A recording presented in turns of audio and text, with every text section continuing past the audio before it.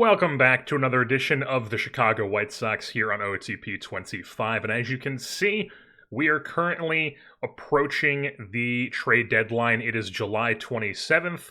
Our Sox are sitting at 44-56 on the season, 12 and a half games out of first place. We are dead last in the American Central Division, so it's going to be a selling deadline, at least with what we can sell. You know, it's not like we have a ton of pieces that I think are going to be pieces that we should be selling, or even are going to get us like a ton of anything, but we're going to try to get what we can for the players that we can trade. So like Marcus Stroman, expiring contract, we're going to see what we can get for him.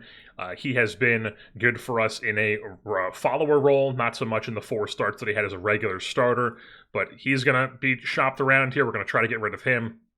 Tyler Mahle, I feel like we have to try to trade him just because, like, we're not going to be good. We could probably just get an equal sort of value pitcher somewhere down the line, whether it's in free agency or a trade this offseason.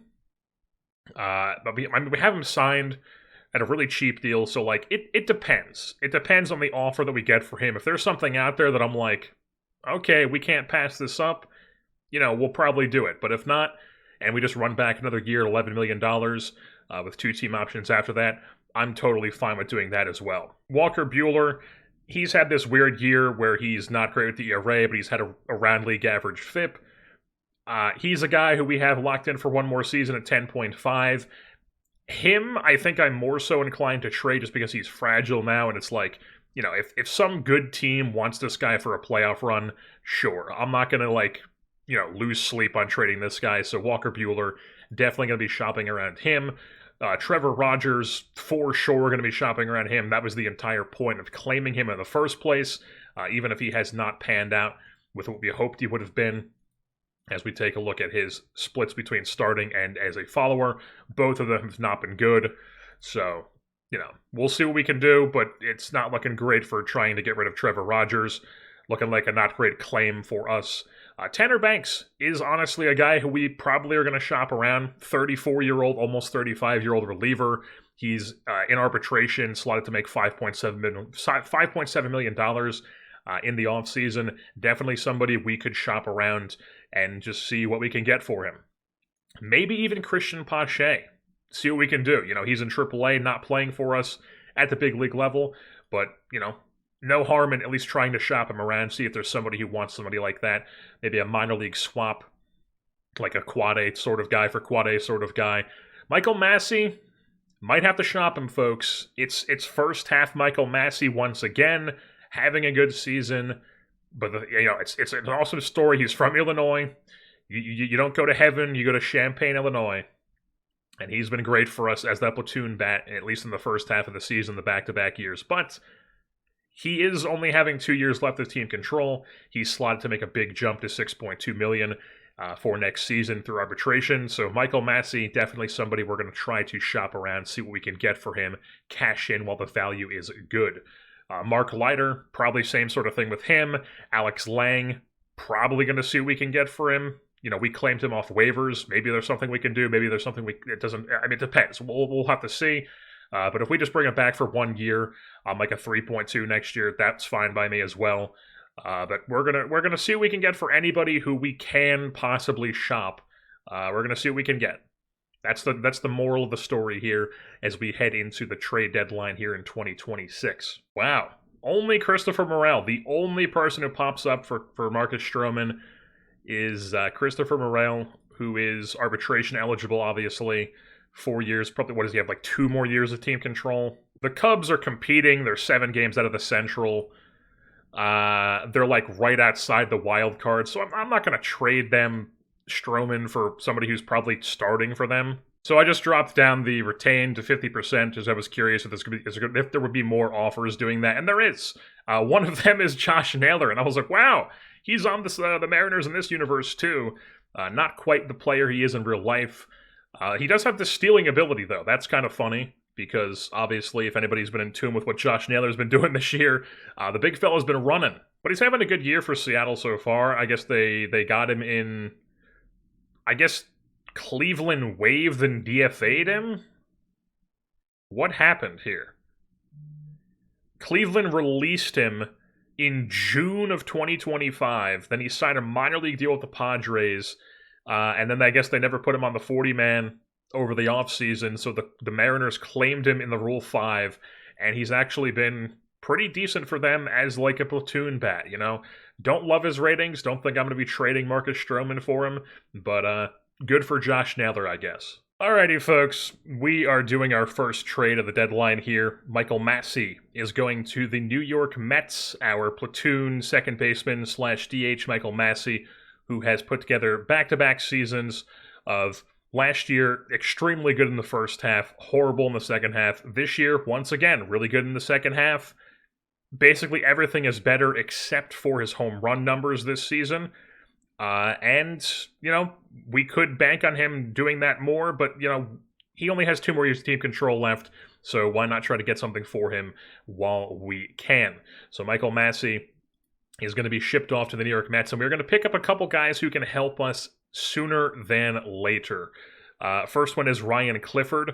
Only a 45 potential, but has some serious pop. 60 pop overall, that's a 60 against righties, 55 against lefties.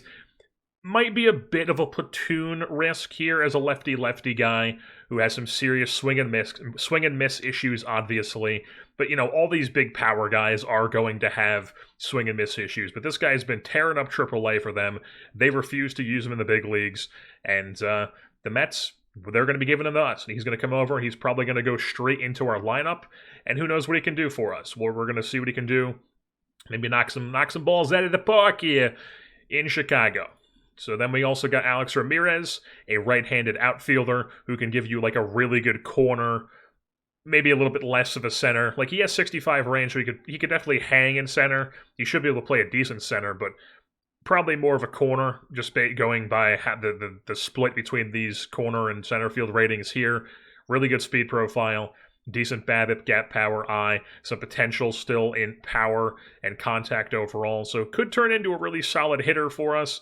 He's been really good in Double-A for them last season, and then he's been really good in Double-A and now in Triple-A for them here in 2026. So Alex Ramirez, the 23-year-old, is going to be joining our organization, as well as Brian Walters, a right-handed pitcher out of the University of Miami, who they took in round 8 in 2024, ground ball pitcher, 35 stamina.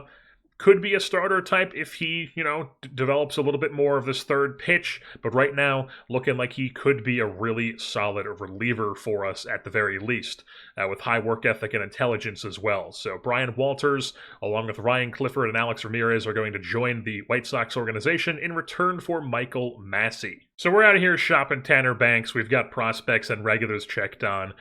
Just getting an idea of what's out there for him, and there really isn't much. You know, at the end of the day, he's a reliever. He is a team-controllable reliever, though, so you'd think there'd be more out there for him. And he is going to be making, like I said, $5.7 million, so, you know, that's a decent amount for a reliever, for a guy who, you know, if he puts up a season like this for us, is worth that. But he's putting up a season like this, like we're trading him at his lowest value. I'm kind of leaning towards just keeping him and seeing if we can squeeze 1 more year, maybe 2 more years out of him. And then who knows, maybe we're good enough by the time that he's, you know, in the last year of his deal or something. I don't know. But I just don't really see much out there that's worth trading for. Like, I'm not going to just trade the guy just for the sake of trading him. Like, none of these, like, 45, 25-year-olds are, like, really worth it to me. Like, this guy can't hit, can't field. Bubba Thompson stinks. I guess he could play defense. We're not going to trade him for Stuart Fairchild, I don't believe, who's also arbitration eligible. So we've got the Tigers are offering Lawrence Butler, who's 26. But the Tigers are the most interesting one to me because they're just offering the best players. I was looking at a package of something like Lawrence Butler, who is a 26-year-old left-handed outfielder. In real life, obviously, has turned into a good player for the Oakland A's. In this, on the Toledo Mud Hens in the Detroit organization, and just can't really break into their lineup because if we take a look at the Detroit Tigers here, they've got 8 bazillion left-handers in their lineup, and just adding another one to the mix isn't really viable for them. And then also they've got Colton Cowser in left field, they got Parker Meadows in center, and then they've got Colt Keith playing right field for them. So it's not like there's an open spot readily available for him. Also seeing they have both J.P. Crawford and Logan Gilbert on November 10th. So there are two different trades for J.P. Crawford and Logan Gilbert bring two Mariners to the Detroit Tigers. Juan Soto's playing first base as well. That's interesting. But yeah, the Tigers, even with Juan Soto, not a good team. So it's like, although they are only somehow, I guess the wild card in the, man, if we could just somehow get into this range, we could be a playoff team. The American League is horrible. But yeah, I think we're just going to hold on to Tanner Banks. That is the moral of the story here, because I just don't really, I was going to say, I don't really feel the need to go trade for like Lawrence Butler. Sure, he looks fine. He could give you like a good corner outfield with like an average bat against righties and like kind of unplayable against lefties. So I'm just not really interested in that as a 26-year-old. So, and then like this Ramos guy was somebody who I was going to do the package, and then like a random pitcher. But Ramos, he looks like it to be a guy who's kind of just going to like fizzle out at the AAA level. Like, I don't really see these ratings or these potential ratings like actually doing anything for him, even if he is performing well in AA at the moment. But yeah, Tanner Banks is going to stay. The only other one that was like kind of interesting, or I should say is interesting, is the Pirates offering me two interesting relievers here, 23-year-old Alexis Torres and a Mike Villaney, who was their 8th-round pick out of Long Beach State, the Dirtbags, in 2024. Both 45 potential guys. This guy has some more starting potential than the other one, but I just didn't really think that was going to be something I wanted to do, mainly because the Pirates are still terrible. Look at the standings here. They are 42-58, so I don't see why they would be wanting to trade for a almost 35-year-old reliever. So that just didn't make much sense to me, and those are the only two interesting ones in all these offers. So I'll probably look a little bit more, but I don't think we're going to trade Tanner Banks. I think we're going to hold on to him for at least one more season. And now we're out here doing a trade with the Seattle Mariners here. They have Cody Clemens, Roger Clemens' son, who is a left-handed bat who has some pop, 55 against righties, 50 against lefties, has some gap against righties as well. Definitely a platoon-type guy, but, not somebody really looking to be like a starter for us. But he's 30 years old. He's making league minimum. He's got at least one more option here. And he's got some decent speed profile. Not the greatest personality class. Honestly, I didn't even see this till just now, so maybe we don't trade for him. But we didn't really get too many offers, obviously, for Trevor Rogers. We're just trying to kind of get out from under this contract that we claimed, because he's just not really that intriguing. But also at the same time, it's like you kind of have to hope that he can return to form at some point with this. Maybe, I don't know, maybe next year he's able to do that. We hang on to him for one more season, because a 10.2 is fine. It's not like we're paying anybody. We're not like cash strapped at the moment, so like we could hang on to Rodgers and see if we could tap into these previous 2 years like he was doing, and that's what we were hoping for when we claimed him. But we'll have to see, because there isn't really anything out there for him unless we try to retain something, which is kind of just not really what we're trying to do. You can see here, the only thing that came up for just single-player prospect regulars, no retaining, is Morel, Clemens, and then Josh Palacios, who is just straight up terrible, and there's no reason to ever trade for him. And I'd at least like to get a little something. We could probably do like a multiplayer deal where I allow the AI to include a player. We got a couple interesting stuff. I should say we have one interesting thing. We have the Rangers, who are trying to dump Marcus Semion's contract onto us. Don't think I want to be doing that, especially since he is very clearly cooked at this point at 35, almost 36 years old. Yeah. Even though we probably could afford to hang on to this for 2 years, I don't think I want to do that, because I just don't think he's going to stay serviceable. He's not even serviceable now, so not trying to add on to that. Jose Barrios' contract trying to get dumped onto us. Not trying to add that either. But this Mariners trade is interesting. They want to give us 41-year-old Justin Turner, which, sure, whatever. I would probably just instantly cut him, even if I would probably edit this trade a bit. But they would also give us, I wouldn't want Sebi Zavala. I don't really care about Sebi Zavala, but like this, they're trying to give us Reed Van Scoter, who I guess was on their 2024 championship team. He's a lefty. He's been really good, or I guess solid in double A or triple A rather the past 2 seasons. Has barely pitched in the major leagues at all. 3 appearances, 4 and a third innings. He's a 45 as a starter. Could possibly tick up as a reliever. Got a really good changeup. He might be interesting here. So if we go like discuss and go, hey man, I don't want either of these fucking guys. Why do you want? Is it the money? What is it exactly that I'm just confused why they would be fine? Is it because they want to dump Justin Turner? Okay, so they want Justin Turner off their team. They're not willing to eat $1.8 million. They have $73 million, almost $74 million available. And they're like, no, we can't possibly eat this $1.8 million. We're going to try to trade for something instead. So, like, I mean, I don't know. I feel like it might be worth hanging on to Rodgers for another year and see if we could tap into this rather than trying to get a guy like this who, like, you know, really soft tossing lefty. Probably not going to work out. Like, everything needs to click every single time out for him to be able to perform. So I don't think we're going to do this. I think we're just going to hold on to Trevor Rodgers, but I am going to add this guy to my keep an eye list because he's kind of intriguing as like a lefty reliever, bulk reliever option for us. Another trade that we are going to be doing here, we are trading my arch nemesis Mark Leiter Jr., who has actually turned around his season. He got off to that really terrible start for us in the month of April, but then May was really good, June was really good, and then so far in July here, kind of getting roughed up a bit.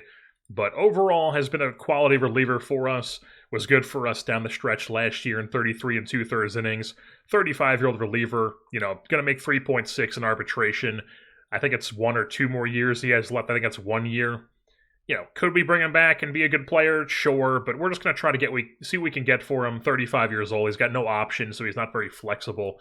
But we're going to trade him to the Baltimore Orioles, who are a team sitting in second place in the American League East Division, one of the actual good teams in the American League this season.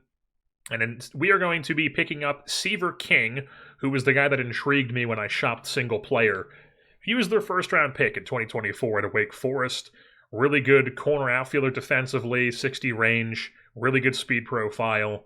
Has a decent contact bat, has some BABIP with it. The gap power could get up to 50, make his speed even more playable.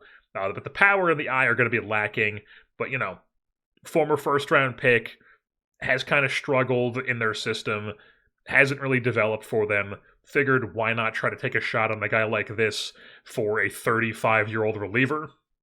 And we also are going to pick up a reliever of our own, 28-year-old, almost 29-year-old Ryan Hennon, a left-hander out of Century College, wherever the fuck that is. I don't even know because it doesn't even say here because he wasn't actually drafted. I'd have to manually look that up. So they got this guy at a rookie or indie ball. In 2021 was claimed sold to the Kansas City Royals out of the Frontier League. So random lefty, has some decent ratings. You look at the ratings here, they're good against lefties and righties. Has 35 stamina, bulk reliever type. Probably going to be in our staff here right away, honestly. He's solid lefty. He's been good back-to-back seasons in Double-A. Give him a shot, see what he can do. Him and Seaver King join our organization for Mark Leiter Jr. I mean, just looking at Tyler Mahle, not a lot of stuff out there either. I mean, like, prospect package-wise, there's not really anything interesting. The most interesting offer by far is Ed Howard, who isn't interesting in himself, so not something we're looking to be doing there. We might be just holding on to him too, unless there's something with regulars checked on that like really stands out to me. I mean, it's really like there's a lot of dudes here, but it's mostly just 45s. The only 50s are like the usual, like Christopher Morel, Alec Burleson's popped up a couple times. Pablo Aliendo is interesting as a really good defensive catcher, but we already have Caro, who's fine enough defensively at the moment. And obviously is very good offensively, and we don't want to move him to DH or first base because we have those spots with players. Sam Bachman, I mean, he's been not. I guess he's been okay. He's been pretty good. I mean, he's been pretty good. The back-to-back seasons in the bullpen. 26 years old, but he's also arbitration eligible. So like, it's not like we're saving money a ton by trading Malley for Sam Bachman. Couple 50s here. Jack Neely, extreme fly ball. No, thank you. Nick Gordon's a fake 50. Yuki Matsui's 30 years old and is on a contract that's, I guess, less than Maley, but, Maley is a starter. Zach Littell, expiring free agent, also on a Mariners team that is... Are they good? Yeah, they're good, and they're not going to obviously trade a guy who has a 2.5 WAR for them for Tyler Malley. That makes no sense. We're not going to go trade for Nico Horner, who's an expiring contract and is terrible in back-to-back seasons. Jake Bird, 30 years old, arbitration. Yeah, so we're just not really going to do anything. I think we're just going to hold on to Malley as well. He's going to be on our team for at least through the offseason. I'd have to imagine maybe something pops up in the offseason that we do then, or maybe we trade him at next year's deadline. Who knows? But for the rest of the season, at the very least, he is still going to be on our staff along with Rogers and Banks. And then Marcus Stroman just has no value for whatever reason. He's having a goodish season. Like I said, he's been a solid follower for us. He's eating innings for us. He's a high leader type. You would think somebody would want him, but so far there's just nothing. There's nothing out there that nobody wants him. Even retaining 100% of his 15.5, which isn't the full 15.5. There's just the usual like Morel, Thomas, Vredenberg, Palacios, and Cody Clemens. So I just don't think we're going to do this. I don't think we're going to trade Stroman either. There's just not a lot of trade value out there for these guys that we have, unfortunately. And once again, same thing with Walker Buehler. There's just nothing out there that's really too interesting for him. And honestly, at this point, I would rather just hold on to him. So Walker Buehler and all these guys, they're just going to keep being on our staff here. We have made those couple trades so far. It was the Massey trade, the Leiter trade, and then also that was a scouting. So we've made two trades. We made the Mark Leiter trade, and we made the Michael Massey trade. The rest of these guys, they just don't really have enough value that I feel like is enough to trade them. Especially since we could, like Stroman, I want to trade because he has no potential being back on our team next season unless we re-sign him. But also, it's not like opening up a spot is like we have an immediate starter ready to take his spot in the rotation. But like, I'd rather have Maley start right now. Buehler, I'd rather him be in there. Rogers, we're trying to see what he can turn into if we can get him back to what he was the past 2 years. Banks has been good for us, obviously. Lang, I think we still got to shop Lang, Pache, and then possibly Reese McGuire, and just see what we can get. I mean, this is crazy to me. Christian Pache, who has been horrible in the big leagues this season, wasn't really that great last year either. I mean, he's good defensively both times, but he doesn't hit enough to have any sort of value. And now he's in AAA. We've waived him and DFA'd him. He was on waivers. He cleared waivers. He's been in AAA, and now anybody could have claimed him. But now that he's in AAA, like the Royals would be like, "Hey, we'll give you 23-year-old Caderna, whatever this guy's name is, really hard thrower, crazy good fastball slider, possibly a good changeup to go along with it. Could be like a really solid starter. He's pitching well for them in 16 starts at the major league level." Could be even a better reliever for them. And they're like, "Hey, we'll give you this guy for this guy you just waived and we could have claimed for nothing. We gave you nothing for him." But instead, they're just gonna they would do this. Like, no, I'm not doing that. That makes no sense to me. Cameron here, that makes a little bit more sense because they're not using him. He's in AAA. They clearly don't value this guy. He wants to be in the major leagues. He's a lefty. We like his ratings. He can play against righties and lefties. Noah Cameron here, 2 option years. He might be a guy that we're willing to trade Pache for. Just dump Pache, who, on paper, you're like, you love the defense. Theoretically, you like the personality, the speed. This BABIP gap power eye is always intriguing.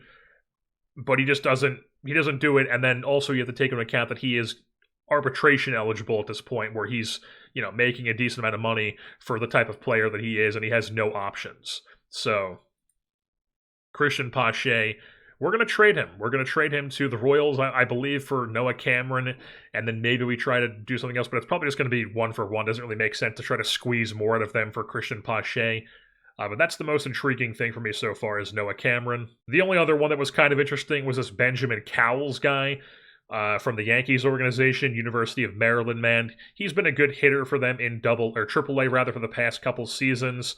Has a little bit of cup of coffee in the majors in 2025. Really good personality class. Could be a decent infielder. Has some BABIP, some gap power, some eye.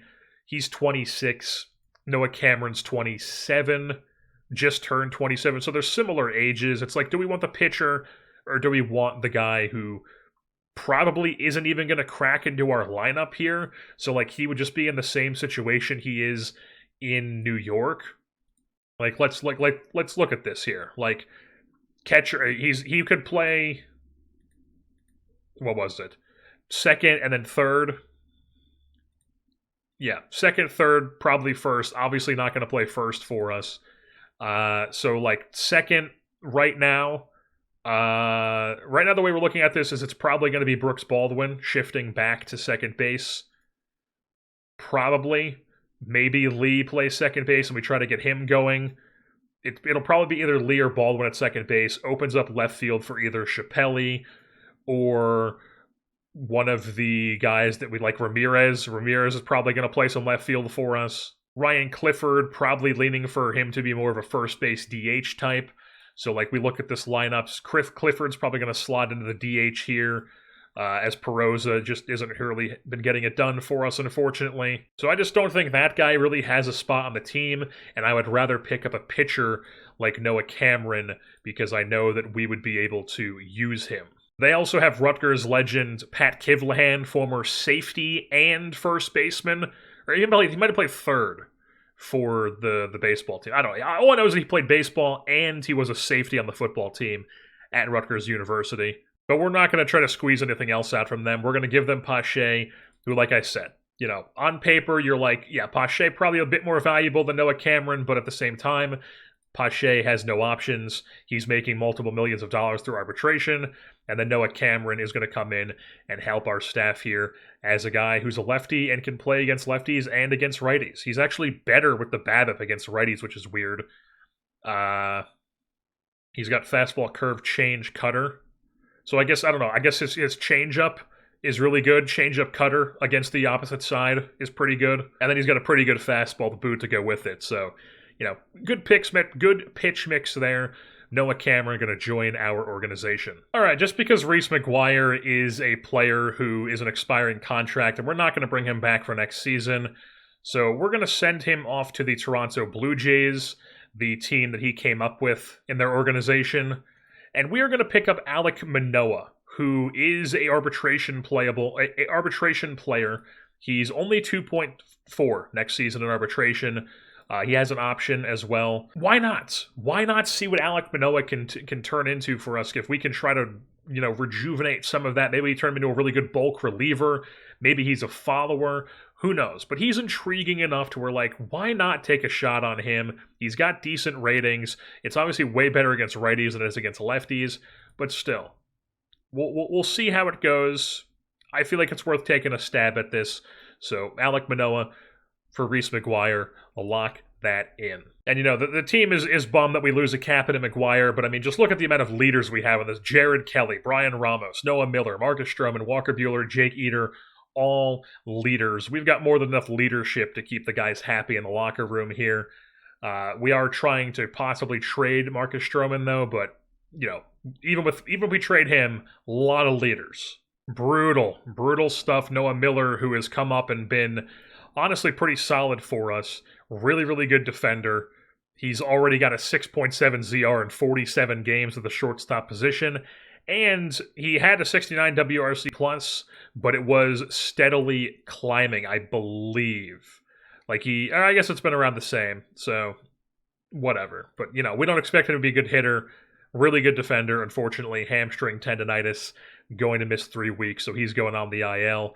And that opens up another spot on the team, but it's like the shortstop spot. So it's not like we can just kind of like shift whoever. I guess we could play Brooks Lee at short. Gage Workman's been down in AAA, not really doing anything down there. So like if he's not hitting in AAA, doubt he's going to hit in the major leagues. He is playing a really good shortstop down there, though. And then Xiangshui Sheng is hitting down in AAA, but he is playing second base down there, barely at a good, like a playable level. Was not a great shortstop for us, but, you know, he could be an option to come up. I think we're probably just going to lean Brooks Lee. All right, so we're done doing trades. We have done all the trades we're going to make here in 2026 at the deadline. Marcus Stroman's going to hang on to the team for the rest of the season just because there's just nothing out there. Even retaining 100% of his deal, there's just nothing that's even remotely interesting that's going to make sense for us at all. So we might as well just hang on to him for the rest of the season. And one thing to keep in note for him, to keep in mind, is that lately he's started to get rocked around a bit. You can see here's his game log going back to late June. Gave up 6 runs in 3 1/3, 3 runs, then had a good start, then 4 runs, 6 runs. He's had some stinkers as of late, so if he continues to pitch poorly, we might just cut bait on him and get a younger guy in there like that Sean Hennon guy we picked up at the deadline, or Ryan Hennon, rather. He would probably come up and take his spot on the team. But right now, as far as what our staff looks like, it's him, then Maley, Bueller, Rogers, and Santucci, while in the bullpen, it's Banks, Lang as the double-barrel stoppers, and then you have Jared Kelly and Caleb Ferguson behind them, with Noah Cameron, who is on the team, Alek Manoah, Andrew Kittredge, and Jason Foley. While on the hitting side of things against righties, it's going to be Caro, Montgomery, Jenkins in the 3-hole, Ramos, Baldwin playing second base, Ryan Clifford DHing, Brooks Lee at shortstop, Head in center, and Lloydell Chappelli in left field as a lefty bat. And then against lefties, changes up a little bit. Peroza still on the team as the DH. Against lefties, Baldwin playing second base again. Jenkins drops down a bit because he's a lefty against a lefty. And then Alex Ramirez is the one playing left field for us as a right-handed bat rather than Lloydell Chappelli as they are platooning here. And then we probably want Ramirez to get a little bit of time against righties, but we'll keep it the way it is for now. He still is going to get a decent amount of time here as... probably want him to be the backup center fielder, the backup center fielder here. So yeah, that's what the team looks like against righties and against lefties. So we are ready to embark on the rest of the season and see how things go. Like I said, right now we are 46-56, 12.5 games out of the division. The division is out of reach. We're on a W3 right now, but the wild card, we have a lot of teams in front of us, 3 teams in front of us, but we're only 3.5 out. And there's not a lot of good teams. You can see the Tigers are the 3rd wildcard spot in 49-52. Now, their team is much better than us on paper. They have Juan Soto. They have a bunch of good players. But they're underachieving. And if we take a look at the expanded standings here, they're a 3rd-place team in the wild card. We're only a couple runs below their run differential, and we're kind of getting shafted by the Pythagorean right now. So... who knows? We go on a run second half here. Maybe we're a playoff team. And then we just won another one, beating Kansas City 6-1 as Brian Ramos puts up a 2-hit game. Brooks Baldwin a 3-hit game. Ramos' 27th and 19th double. Marcus Stroman goes 5 1/3. No runs, 3 Ks, 3 hits. Love to see it. Team's playing well. And that's another one that is officially a mop of the Kansas City Royals here. 4-2, 10-3, 6-1, and then a 4-1 victory to close out the series here at home against the Royals. As it's a 2-hit game from Jenkins, Baldwin, Ramirez, and Chappelli all had hits on the day. Chappelli, Ramirez, Jenkins doubled. Walker Jenkins homered, as well as Brooks Baldwin. On the pitching side of things, Tyler Mahle goes 8 1/3, 1 hit, 1 earned run, 4 Ks, and then Jared Kelly comes in and shuts the door with 2 1/3, or not 2 1/3, in 2/3 of an inning as we win this one 4-1 over the Royals. And then beautiful stuff out here. Walker Jenkins on fire for the month of July. He wins the AL Rookie of the Month with a .341 average, 5 home runs, 18 ribbies, and 12 runs scored throughout that month. His season total is now up to a 117 WRC plus, 14 doubles, and 11 home runs. So Walker Jenkins turned into a really good player for us here. Love to see it. All right, folks, it is September 12th, and things are looking interesting. We haven't been, like, dominating, but we've been going on a bit of a run here. You can see we've had some scrappy series wins. We just opened off with a series win against the series opener we won. There's still 2 games left at San Diego. We beat Cleveland in Cleveland, beat Cincinnati 2-3. Cleveland before that, we lost that series 2-1. August was pretty good. We beat Tampa Bay here, beat Oakland here, beat Pittsburgh, beat St. Louis, beat Detroit, lost to San Francisco, swept Toronto. Or no, we didn't sweep Toronto. We took 3-4 from them. So basically, since early August, we've been on a decent roll right now, and we are 68-73, which is not very impressive. But the American League is so damn bad this year that we are the 3rd wild card spot. Holy fuck. I have no idea how this is happening, but it is. The Chicago White Sox right now are a playoff team on September 12th. We have how many games left? We have this San Diego series at Minnesota versus Boston 4-game set versus Detroit 4-game set at Milwaukee. And then is that a 2-game set? A 2-game set against Chicago. And then we close the season out against Seattle in October 2nd, 3rd, and 4th. So we got a few series left here. We've got to play some damn good ball. Interesting development here. Mr. Samuel Zavala is back. Samuel Zavala is back in the lineup.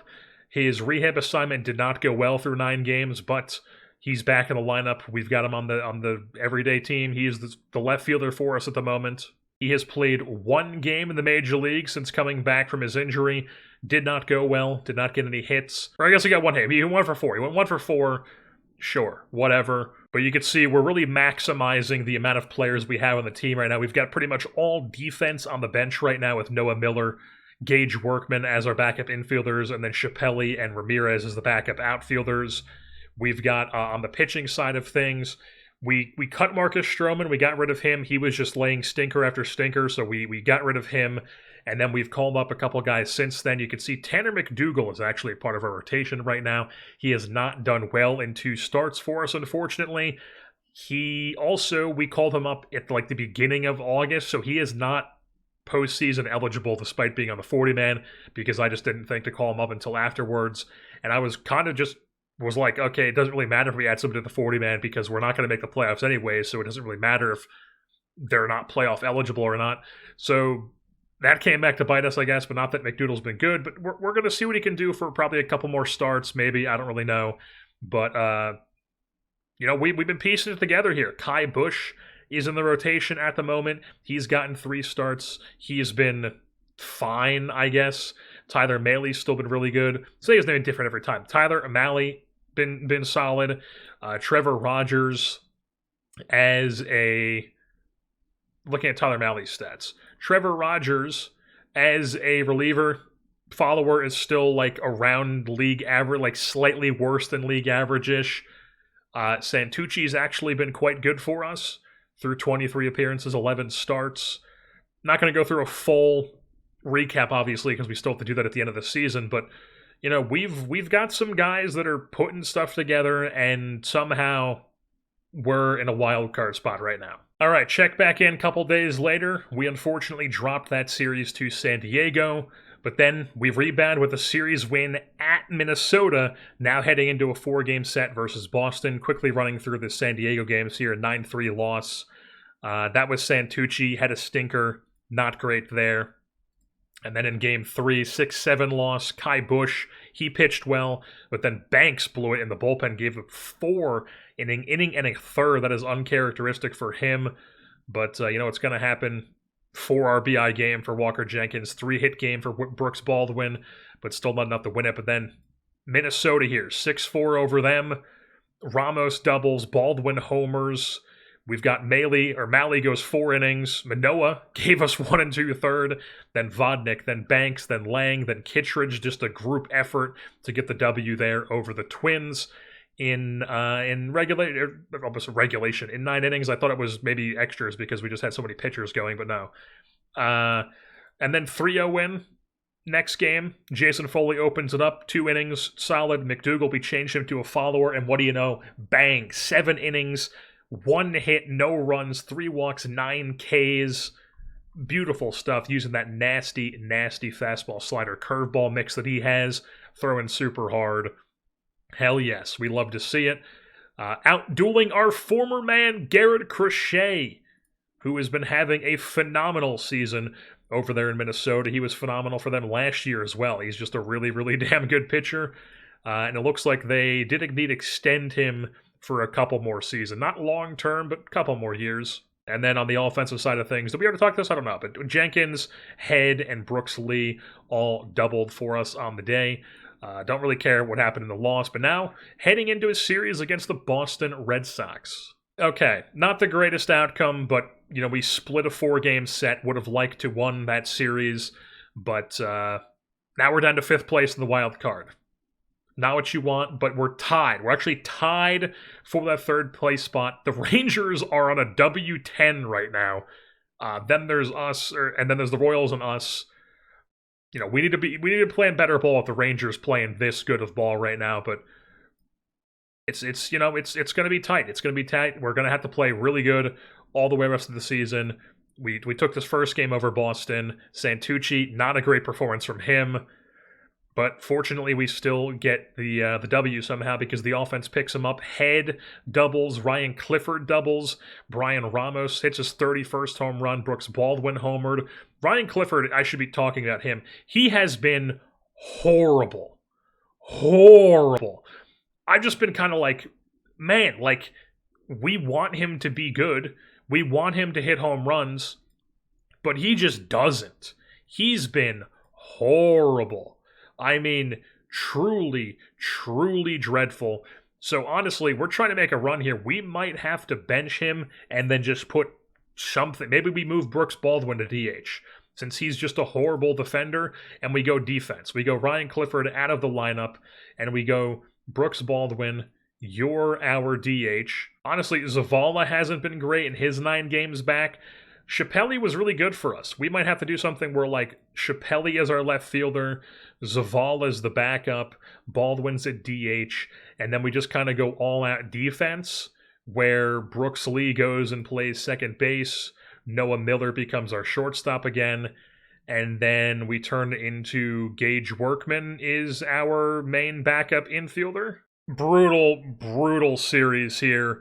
I mean, just the better team on paper. Obviously, Detroit is, and they took it to us at home, 14-9 loss. We scored 19, and not 9. We scored 9. We scored 9, not 19, and just not enough because the pitching was terrible. Foley, Rogers, Fujinami, who was up with us for a bit, got absolutely rocked. Not a great performance. Then we rebound with a 6-2 win. Santucci gives us a decent performance. Hennon gives us 3 scoreless out of the bullpen. We put on 6 runs with 2 Ramos home runs, but then just a 10-3 loss as Landon Knack, who I had to call back up, got absolutely rocked. Then a 3-1 loss as Kai Bush actually pitched pretty well. Jake Eater came back up, blew the game. Offense was only able to score 1 run on a Brian Ramos double, I'd imagine. Yeah, Brian Ramos double. So now all of a sudden, we're still not out of it. Only 1.5 game. These teams all here are just kind of swapping back and forth. But we need to go on a run here, the final stretch of the season. And it's not great because we've had a couple injuries here. Jared Kelly came back from his injury, then immediately got hurt again. Tanner McDougal got elbow inflammation. We look at his splits as a reliever substitution. He had that one really good game. Never pitched after that, I guess. Got hurt immediately, it looks like. But, horrible stuff. He was good for us in that role. We wanted to see what he could do. And now we're just really, really piecing things together. Malley, who's cold, as you can see here, has kind of struggled down the stretch.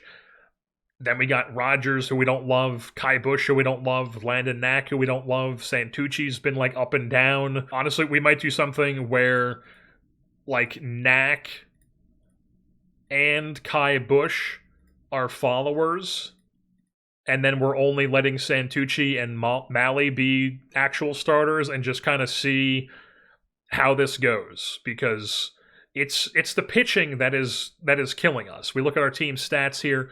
We have the 4th most runs scored in baseball. Lots of single-digit numbers over here. And then when it comes to the pitching, 11th in runs allowed. It's not our defense. The pitching just does not execute. We have the 2nd lowest BABIP allowed or against, 5th least hits allowed, 5th lowest opponent's average. The bullpen's been okay, but like the starters have been truly terrible. We're not striking anybody out. We're still giving up too many home runs. We're still walking guys. I mean, it's not the defense. So it's just, we have guys that I feel like should be good pitchers in the bullpen, but the bullpen can only do so much when you have starters that just don't do anything. So we're going to try to squeeze our way into the playoffs here, but I doubt it happens, but we're going to try. We're 1.5 games out right now on September 25th, and we have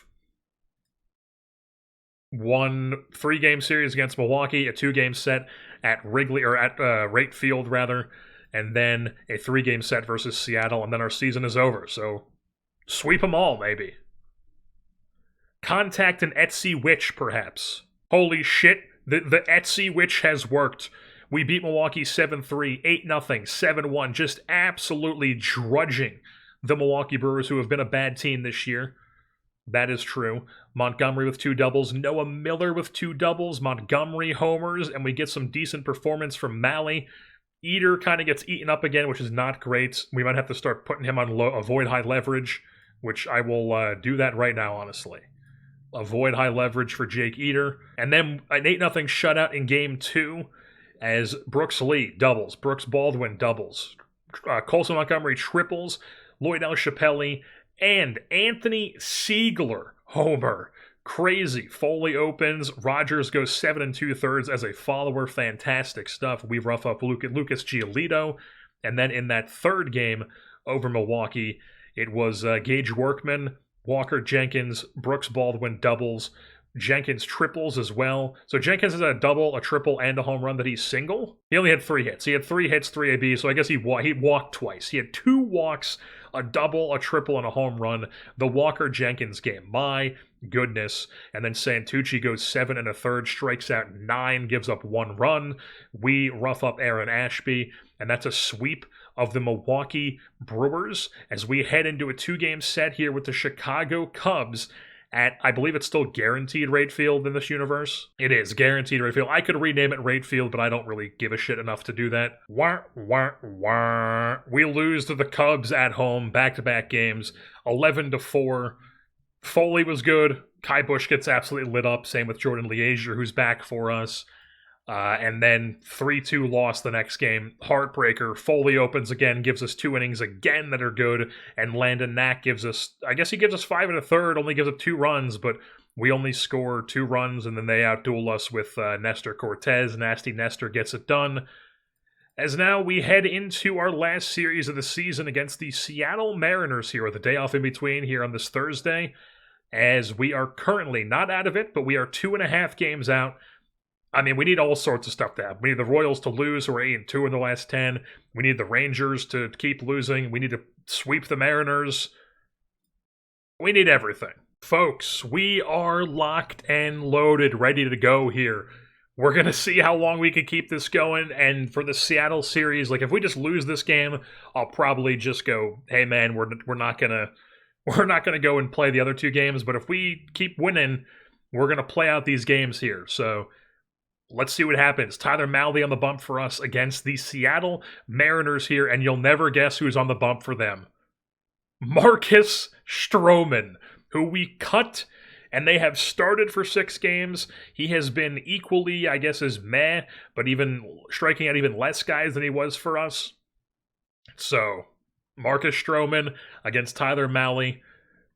Let's see how it goes. So top 1 here, let's get a little RISP action going. Malley works a scoreless frame. Do anything offensively? Nothing.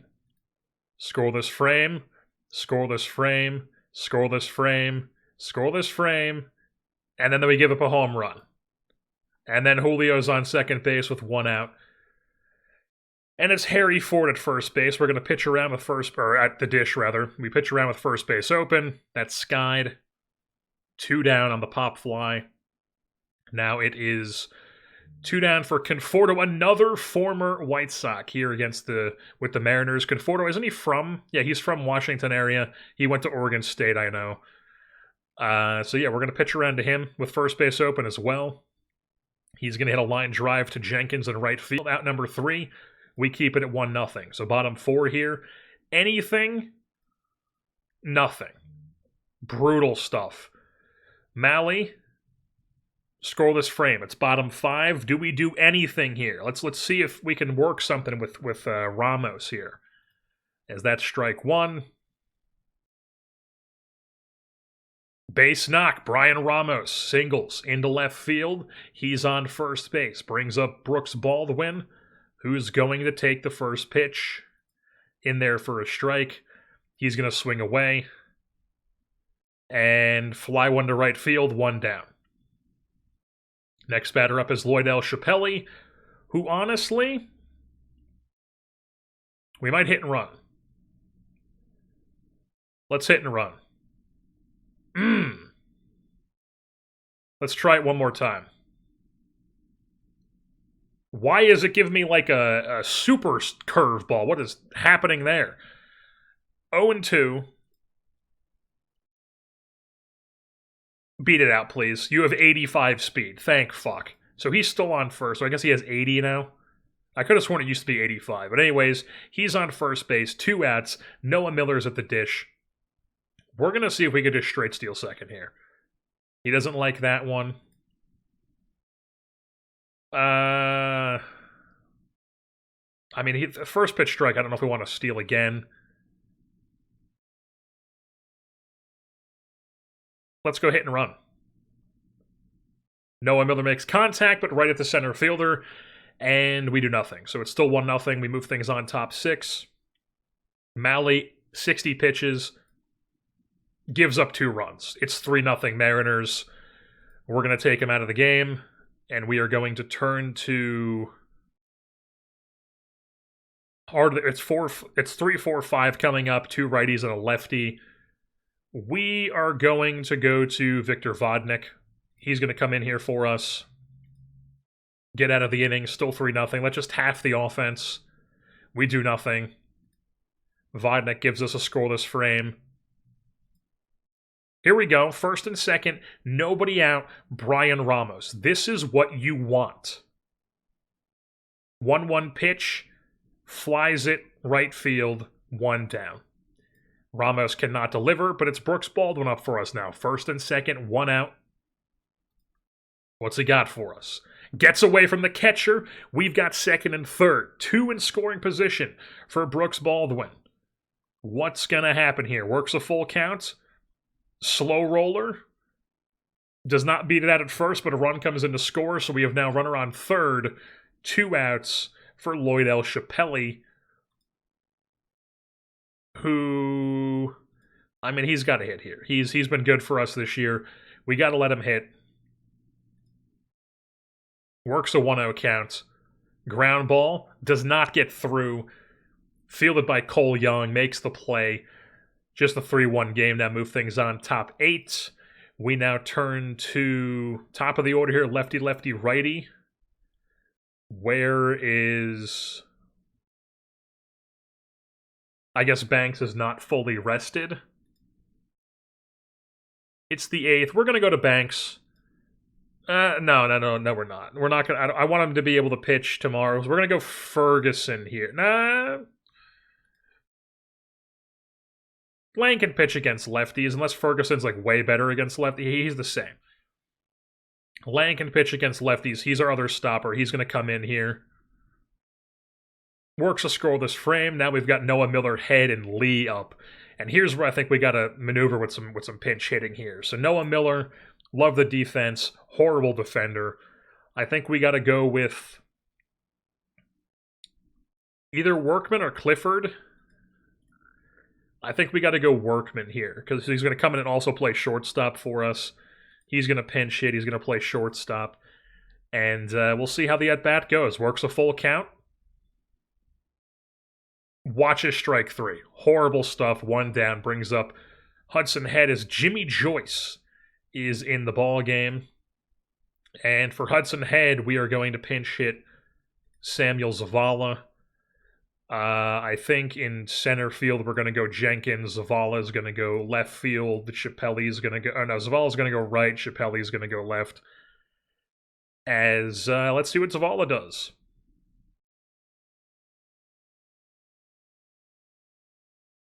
Makes some contact, but flies into the center field. That's 2 down.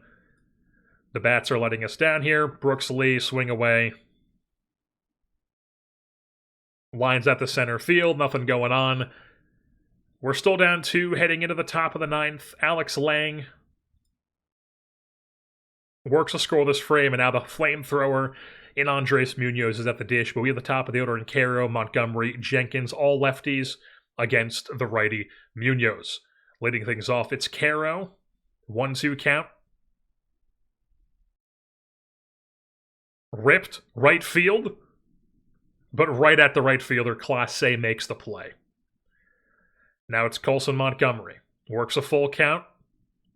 Spits on ball 4. The tying run is at the dish in Walker Jenkins, who has been phenomenal for us the past couple months. We take a look at his splits here. July and August, he's been incredible. 154 and 176 WRC plus respectively. 9 doubles, 8 home runs in the month of August. And even September, what I'm saying, July, August, and September, he has been incredible in the second half. So, the man you want up. 3-1 count. Rip down the right field line. That's going to get past weird animation there with Clase. But it's a double. Run stays put at third base, so it's second and third. 2 in scoring position. The tying run is at second. And the go-ahead run is at the dish in Brian Ramos, our power hitter. 36 ding-dongs on the season for him. 0-1 count from Munoz. Ramos grounds one. I don't know why they're going home with that, but they did. Runner scores, obviously, so we're still only 1 out. Brooks Baldwin, runners on the corners here. I think we gotta pinch run for Ramos. We gotta. Alex Ramirez, pinch run. He's at first base. Brooks Baldwin, I think, has got a... We're going to try stealing with Ramirez here. He doesn't like that. We'll just go at bat. See, this is why I wanted to steal. This is why I wanted to steal. He grounds in double play. Game over. 3-2 ball game. Should have hit and ran. Should have hit and ran or something. I don't know. But 3-2 game. We lose. Horrible ending. And with that, we are eliminated from playoff contention. So we needed to sweep. We needed help. And we did not get it. So the White Sox will not make the playoffs. Terrible. I mean, not that, like, we should have been anywhere near the playoffs in general with a 76-win season at the moment. I mean, we're not going to be 500 on the year, but somehow we got close enough. We were the third wild card at some point. I showed you guys that. I wanted to make sure that we were all aware that that was a thing that happened. But right now, not looking like it's going to be or obviously not going to be the case, as we have been eliminated from playoff contention, while the Royals, Tigers, Rays, and Rangers are all still in it, as all teams below 500 at the moment. We shall see if we get the third wildcard spot as a 500 team. So here we are at the end of the year. Of course, you know, once our season is officially over, we go and win convincingly. Maybe I should just sim that game normally, but whatever. 8-2 over Seattle the second game. Sure, whatever. Then we win 7-3 the third game. Sure, whatever. Let's just see. Jenkins in the second game, or the third game, the final game of the year, Jenkins doubled. Head had 2 doubles. Caro had 2 doubles. Montgomery homered. Ramos homered. Baldwin homered. In that second game, Ramos with 2 homers. Caro had a homer. 38, or he had 39 to end the season, right? 39 home runs to end the year. You know, Offense, very, very, very solid for us as we finished 78 and 84. We've been looking at the standings all year, so I'm not going to take too hard of a look at this, but a positive run differential team. We will take that. Something to build on. If we can just get the pitching in order, we've got the defense in place, we've got the hitters in place. If we could just get the pitching in place, we would be a phenomenal team, I feel like. We would be easily a playoff team, especially if the American League is going to be this terrible. Oh my God, we could easily win the division. And I find it really weird, too, because usually the hitting is what comes second for me. When I'm building teams in this game, and the pitching and defense comes first, because I feel like usually you get the pitching in place, you get some average pitchers in there, and boom, you're already a good pitching team, but that's just not what happens in this universe here, as we have the defense, but we just do not perform with the defense when it comes to pitching. So take a look at the team stats here. I mean, we were above 500 from July through September. So 14 and 12 in July, 14 and 13 in August, 14 and 13 in September, and then 2 and 1 in October. Horrible starts of the year, ended up screwing us. If we could have just played like this the whole season, we would have been a playoff team. It's simple as that.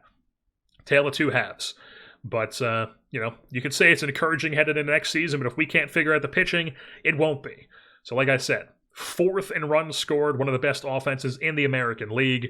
We do not hit a ton of home runs, but we score runs. We walk a bunch. We have a bunch of base on balls. We base run decently well. We score runs. We get hits. Good WAR, top 5 in that. 4th in OBP, 4th in average. And then you take a look at the pitching, and it's just 9th in runs allowed. That's not acceptable, especially when you have the 2nd best defensive efficiency and the 3rd best zone rating in the American League, respectively, and you can't spin that into a good pitching staff. I mean, the 2nd lowest BABIP, I mean, what has happened? 2nd lowest BABIP, top 5 in hits allowed and opponent's average, but then we just can't stop giving up runs. We give up too many home runs, we walk too many guys, we don't strike out anybody. I continue to be baffled at why we give up so many home runs, because it's not like we're employing guys who give up too many home runs or like should be giving up too many home runs. They just give up too many home runs for whatever reason. So hopefully we can, get better luck next season, because the defense and hitting is in place, like I said, and we need the pitching to catch up. And then before we go over the rest of the team here, I should go over these pitchers that we have on the IL. As Walker Buehler finished the year horrible. Probably should have traded him, whatever. But we have him locked in for 10.5 for next season. Maybe we trade him in the offseason. Maybe we run him back. Who knows?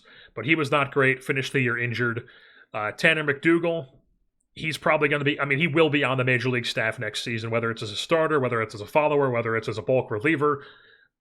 That's to be decided, but Tanner McDougal will be on our team next season to start the year, as he got 4 appearances, was horrible in the rotation, but then had that really, really, really good appearance. If we take a look at his game log against Minnesota, 3-0 win, goes 7, 1 hit, 3 walks, 9 Ks, as he just completely dominates the Minnesota Twins on the road as a follower. And then the other Tanner, Tanner Banks, we have 2 Brooks and we have 2 Tanners. Tanner Banks, unfortunately, ended the year with a rotator cuff strain, but overall, another solid season for him. Gave up a little bit too many home runs this year, but overall, still a very good pitcher, and we're hoping that he can continue to be a good pitcher for us next season as well in his age 35 year. And then Jared Kelly ended up being a pretty decent player. Nothing too crazy. This was a little bit better, but 58 innings and 39 games came up, was pretty good for us. Walks a decent amount of guys because he has 40 control, but, was decently effective. He's a high leader, adaptability, work ethic guy, definitely worth keeping around, obviously. Plus, he's very flexible with multiple options and making league minimum. And then taking a look at the other pitchers on the staff, sorting by innings pitched, Tyler Mahle had a very good season for us. He had a 2.3 WAR, a 4.3 R WAR, 3.49 ERA with a 4.35 FIP. Solid. Was basically our only true starter this year until towards the end, once we discovered Santucci was pitching well for us. But Mahle, we have him locked in for another year at $11 million, and then 2 team options after that. He'll be on next year's team. Hopefully he can continue to pitch like this for us heading into next season. Trevor Rogers, I don't think he figured things out. Yeah, no, he was obviously horrible as a regular starter. Just a little bit worse than league average when it comes to being as a follower. Yeah, I don't know what his deal is. You would think that a guy like this, when we claimed him, I was like, oh my god, we're ripping off the CPU. Like, we're just taking advantage of the CPU being dumb. And then he comes here and he just lays a stinker. And now we've got him on the hook for 2 more seasons of $10.2 million individually or each year at his age 29 and 30 seasons. So hopefully he can bounce back next year. Who knows? Jason Foley finishes the year on a hot streak. Crazy pitcher for us. I mean, he has just been Mr. Versatile. He is a Swiss Army knife for us. Puts up a 1 WAR, 2.4 R WAR with a above league average ERA, a better than league average ERA, and a better than league average FIP, and finishes the year on a hot streak. 71 appearances, 45 games started because he is the opener machine. 45 starts. He's better as a opener than he is as a regular reliever. This guy was born to pitch the first and second inning. My goodness, at a Sacred Heart University. Manhasset. Why? There's like a UFC fighter who fights at a Manhasset, if I'm remembering correctly or something. But I don't know. Anyways, Jason Foley, very, very fun pitcher. Jonathan Santucci was okay for us. I wouldn't say he was great, but was that's combining his stats. Was solid as a starter. 82 FIP minus, you'll take that. Not good as a reliever, but really good as a starter.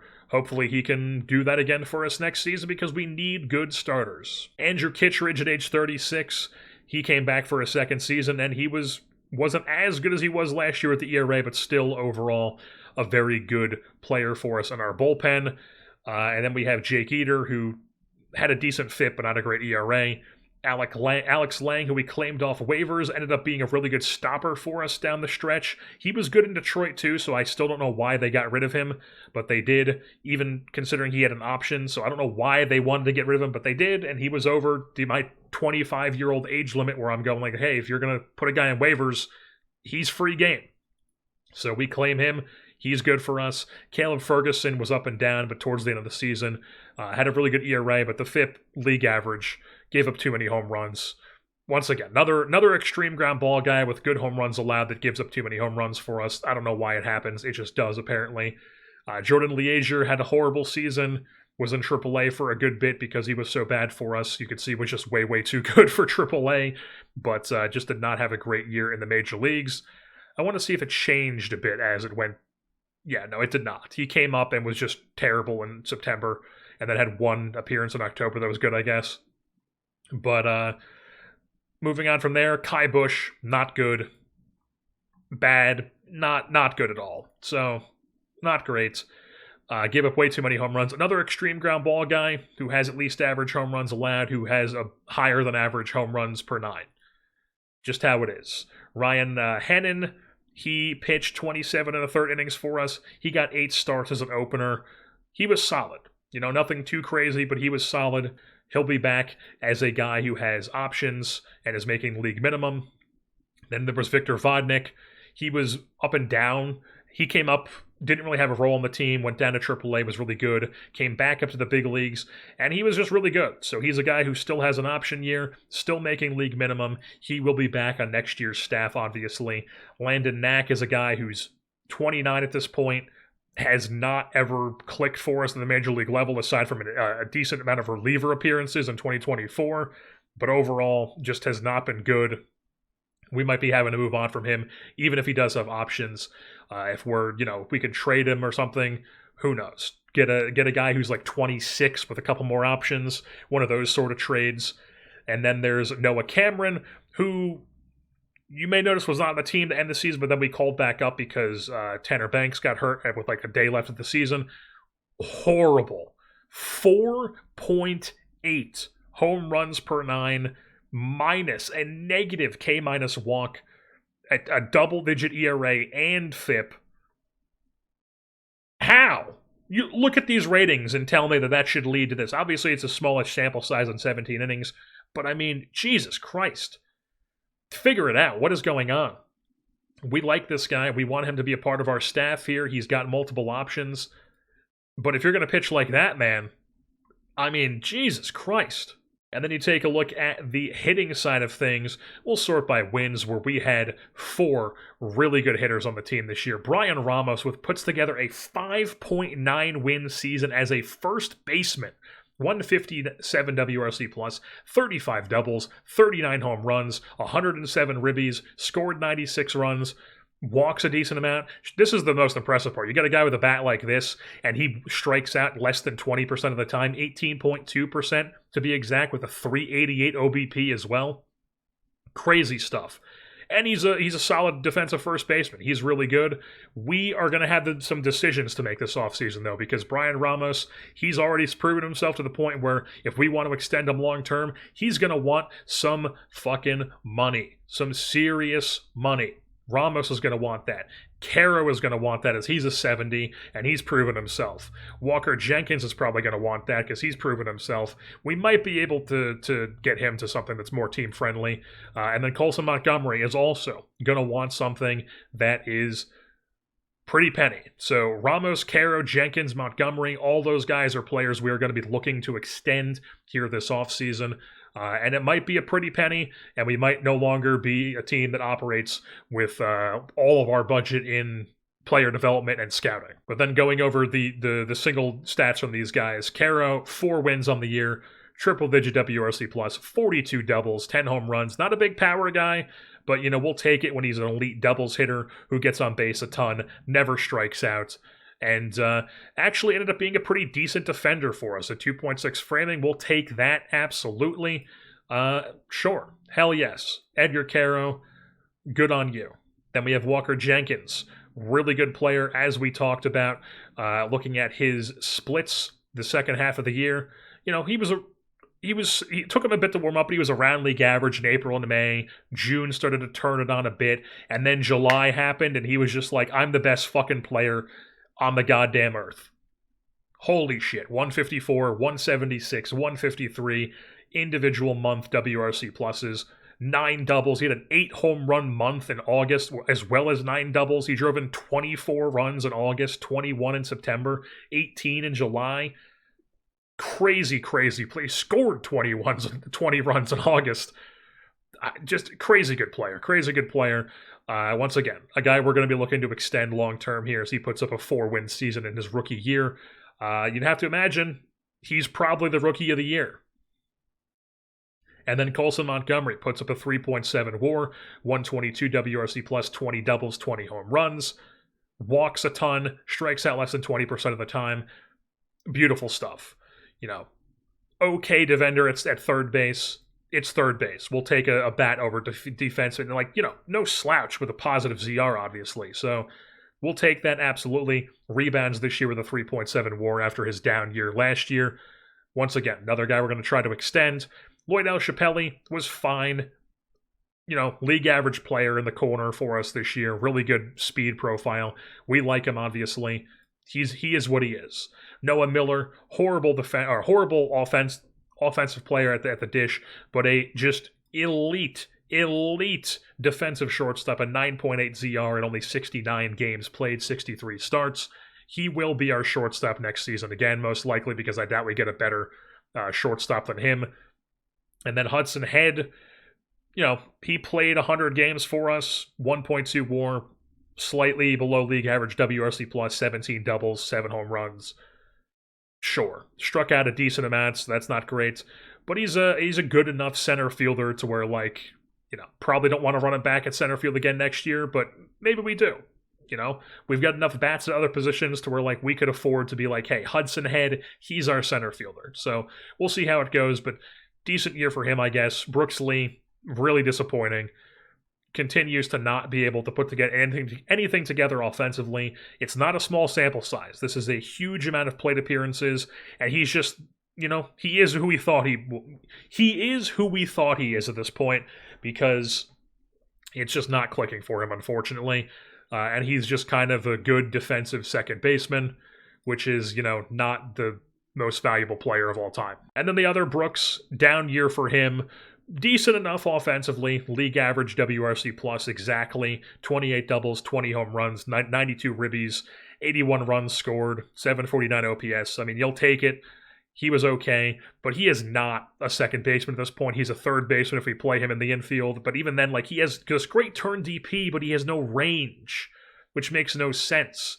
So then if, like, you put him in left field, not a great range out there either. So, like, he's a first baseman at this point, and obviously we already have a first baseman. So, like, if we bring, like, we're probably going to bring him back on league minimum with multiple options. So, like, is Brooks Baldwin just our DH next season? Maybe, especially since Ryan Clifford was so terrible. But, you know, that's what he was this year for us. I should show his fielding stats. Just terrible. Terrible, terrible, terrible, terrible at second base and in left field.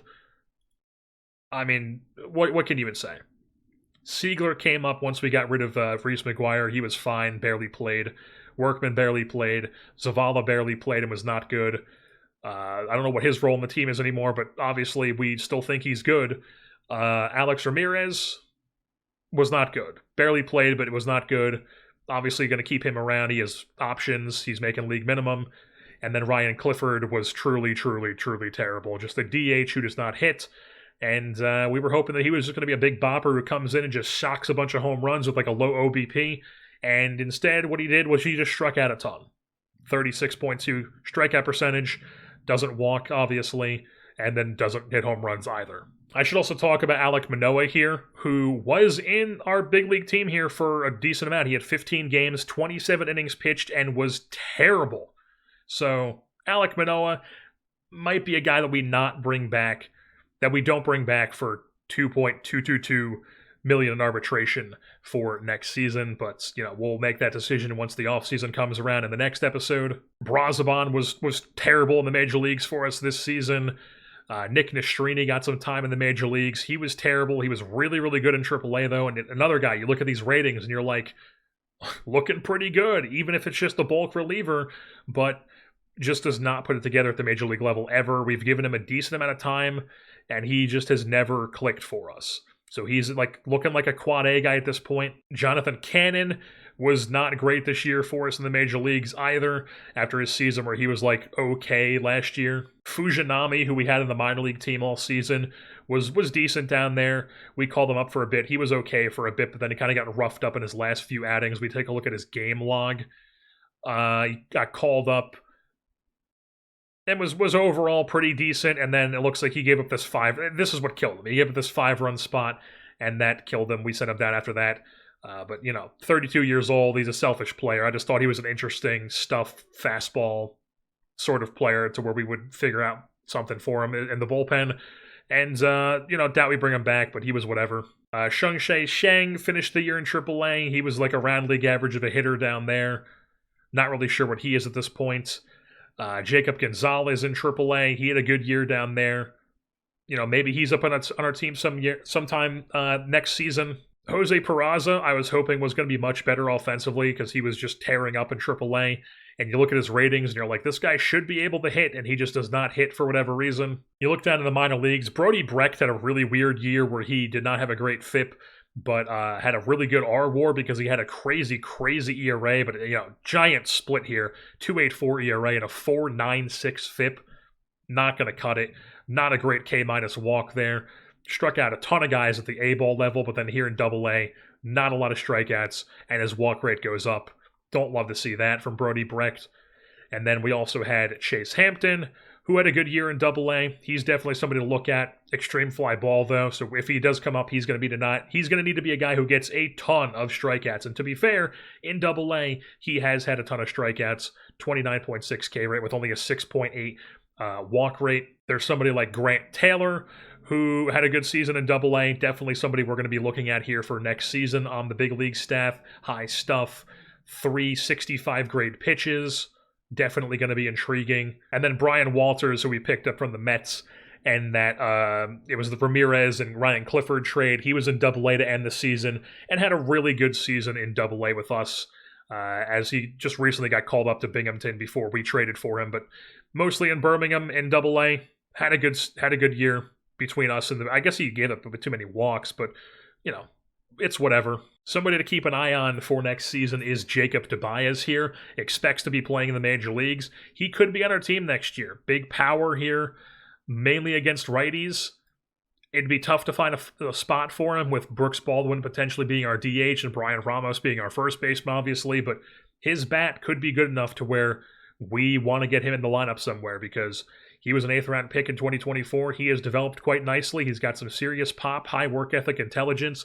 Gonna throw him in the dev lab this offseason, and we'll see how things go with him because, you know, we need good players, and he looks like he's potentially a good player. And then just because I've been rambling forever and we've been going like day by day in this for so long that we're just going to quickly run through the stats here. Bobby Witt leads the Major League Baseball in average, and then behind him, Walker Jenkins with a .323 batting average, second in Major League Baseball. Austin Riley hits 48 home runs to lead Major League Baseball. Slugging percentage, Brian Ramos top 5 in that. Batter war was Julio Rodriguez, and then Holiday, Royce Lewis, Corbin Carroll, Michael Harris. When it comes on to counting stat walks, Colson Montgomery, top 3 in Major League Baseball. Jose Caballero, the first baseman somehow, 95 I rating as a walk and do nothing else first baseman. He's way faster than this in real life. This game, they don't give it. Is this even the same guy? I don't know. This might be a different guy. But anyways, Jose Caballero, I don't know if this is the same guy or not, but 95 I rating. What a crazy player. 397 OBP. And knowing how the AI structures their order, he's probably not even leading off for them. What am I looking for here? The Royals. He is. Holy shit, the AI actually doing something that makes sense. And then he also has the most sack hits because I guess they're asking him to bunt a ton. Oh, this is a different guy. This is a different Jose Caballero. This is the Jose Caballero that I'm thinking about. This is the raised Jose Caballero. But apparently there's 2 Jose Caballeros, sure. So one of them is leading the league in sack hits, one of them is leading the league in base on balls, and then Noah Miller also tied with Caballero for the sack hits. The Dodgers one, who is the Rays one in real life, who I guess is also the Yankees one. Very confusing way to put that, but you know, I'm sure you all know what I mean. ISO top 5, Brian Ramos, love to see that. Switching over to the pitching side of things, Cade Horton, now with the Houston Astros, leads Major League Baseball in ERA. Pitcher WAR was Max Fried, Jackson Jobe, Paul Skeens, Tanner Houck, and then Garrett Crochet. And then Crochet also led the league in strikeouts with Kyle Harrison right behind him, Grayson Rodriguez, Yamamoto, and Hunter Green in the 5th spot. We had Tyler Mahle, who had the 3rd lowest BABIP. That's really all we're going to see from our staff because, as we know, our pitching not up to snuff. But defense, though, we've got some good defense here. Nobody really showing up on any of the really important ones. We got like fielding percentage. Who gives a shit? Double plays, sure. Brian Ramos turned a ton, whatever. But then framing runs, we're not going to obviously have Arcaro pop up here. But Bailey, he's the cream of the crop there when it comes to framing runs. And then Dylan Dingler, as he showed off in the playoffs this year in real life, absolute cannon of an arm. Highest runner, or highest caught stealing percentage from a catcher is Dylan Dingler. And then Bo Naylor behind him of the Cleveland Guardians. And then Bailey, also there. Crazy good player. I mean, him and Romo are just insane players. Caro, too. Of course, we get the Caro who's better offensively, and they get the Caro who can hit and do this defensively.